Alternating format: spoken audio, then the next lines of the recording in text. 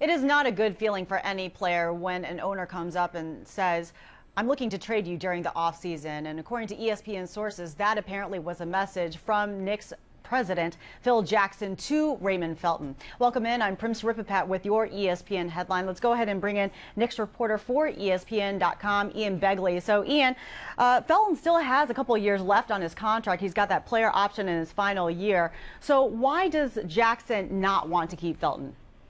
Well, Ray struggled with injuries this past season. He missed 17 games due to various ailments, and when he was healthy, he had an up and down performance on the court. You know, he had a career low 9.7 per game scoring average. He shot just 39% from the floor.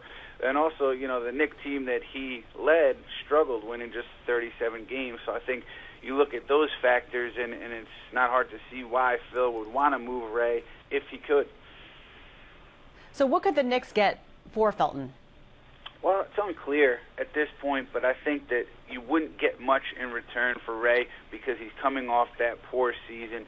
He has 2 years left on that contract, and he also is entangled in some legal issues. You know, he was arrested and charged with 2 felony weapons possessions in the middle of the season. He's due back in court June 2nd. We don't know how that's going to play out, but there's a potential that he could either spend time in jail or the NBA could levy a suspension depending on how things play out. So there's a lot of uncertainty there, so it doesn't seem like he would have high value on the trade market. Regarding those gun charges, whether or not he is absolved, how could something like that affect his brand and his reputation in the league? Well, I think it hurts you. I mean, there's no question. That kind of stigma will stick with you. The league is very sensitive to anything involving weapons when it comes to its players or any member of the NBA. So that's something that the league is going to frown upon, and it certainly, you know, hurts your brand, hurts your the way people view you around the league. It's just another piece of baggage that you have to carry with you.